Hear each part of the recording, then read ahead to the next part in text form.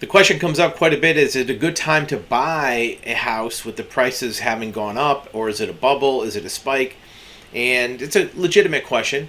Just an opinion, but it seems like even though the prices are up, this is not a bubble like it was in 2008. There's many, many sources that are pointing to the fact that this is a new reality. For this investor publication, Investor Place, their headline is "Welcome to the first inning of a 10-year housing boom." Remember, this is true. This housing boom only started within the last year. Housing booms, in many cases, last a decade.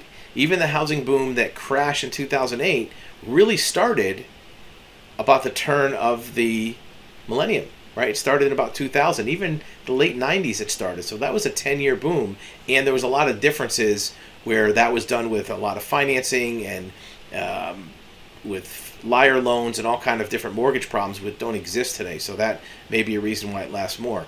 The stats that go into this article were that the U.S. home prices rose 20% in 1 year. That means if you bought a house for $500,000, it went up $100,000 in 1 year. Have now risen 10% for 10 straight months. Again, it's a year into this housing market. The housing market is hot, almost too hot. The last time it was this hot was in 2004, 2005. It was 27 straight months before the bubble burst. But this article says we aren't in a bubble. We're in the first inning of a 10-year bull market. Here's why. It tells very specifically why. Mortgage rates are low. It was 7% back in the 2000s. Now it's in 3%. Today's housing market couldn't be more different. It's not driven by greedy banks giving out bad loans. It's driven by the way that people are using real estate. Demographic-related surge in home buying demand. Millennials are a big part of this. We'll talk about this article here in the Wall Street Journal momentarily. Millennials are supercharging the housing market. Ultra-low financing, very tight housing supply, meaning that housing supply has a lead time. It takes 7-8 years for supply to pick up demand. After 2008 and the housing market crash, a lot of builders, contractors went out of business or stopped building. One of our subsidiaries of our company is a licensed general contractor. We see this industry inside and out. Home builders were hesitant to build a lot of new homes, not just in 2008, but for the next 5, 6, 7 years, even into 2012 or 13. And there really wasn't that much demand for it.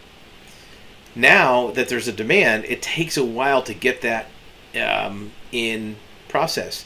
According to some building experts, the industry would need to sustain a 2 million starts for a decade to bring the industry out of its underbuilt situation. Right now, it's not even building 1 million houses per year. So it's saying that there's an enormous supply-constrained market that will not resolve itself quickly. This is a good reason to buy a house. Even if you're in an apartment, you're in a rental, and you don't think you want to buy a house, buy the house, even if it's not what you want to have in the long run, because you're going to catch that wave of increase. And we'll do another video about how to do the math on that momentarily. The biggest reason is a revitalized view of the importance of a home, right? Obviously, we have Corona and all the other things that go into that. A revitalized view of the importance of a home, since is where most people work and watch movies and do everything else.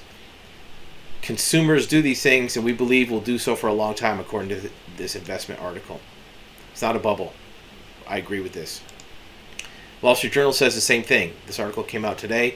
Millennials are supercharging the housing market. This is a group of demographics that up until recently were out of the market. This generation supposedly didn't want to buy things, now accounts for over half of all home purchases. So they're diving in. One anecdotal story is a couple, Mr. and Mrs. Engert, works at a healthcare tech company, started house hunting. They were trying to find a $400,000 house. After struggling around for a while, they ended up buying a $600,000 house. That's more than a 50% increase.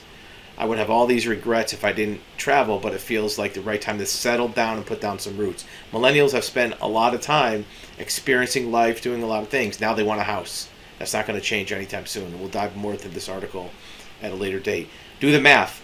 Even if you buy a house that's $200,000, like we find many of them on our website, you put down a very small down payment. Most people that qualify for a mortgage, you could do a 5% down payment. That would be about 10 grand.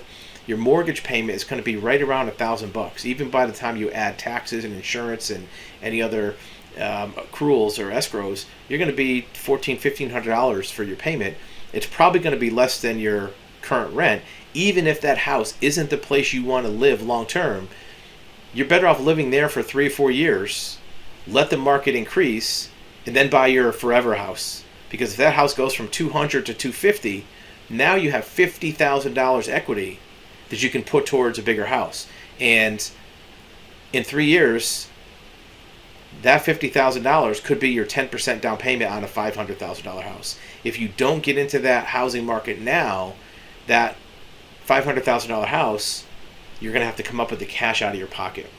And it's going to be more house than you can imagine. So think about these options. I know it's a tough time to think about getting into a house, but if you're going to buy a house anyways, getting into anything right now might be a way to lock yourself in to the wave of the housing market. And look, on most houses, if you buy it cheap enough, $200,000, $250,000, you're probably not going to get hurt on a house. The people who really had problems with depreciation on homes in the housing crash were the ones who bought the McMansions that were $400,000 or $500,000 at the time, and they were very cheaply built, low quality, and they got jammed up with no equity. You buy a $200,000 house, there's always going to be a market for a $200,000 house, and it'll be easy enough to sell. But you have a lot of upside if the market goes up. At least you're latched onto that train of appreciation. So when you do want to buy your forever house, you have some equity that you've played with for the last few years.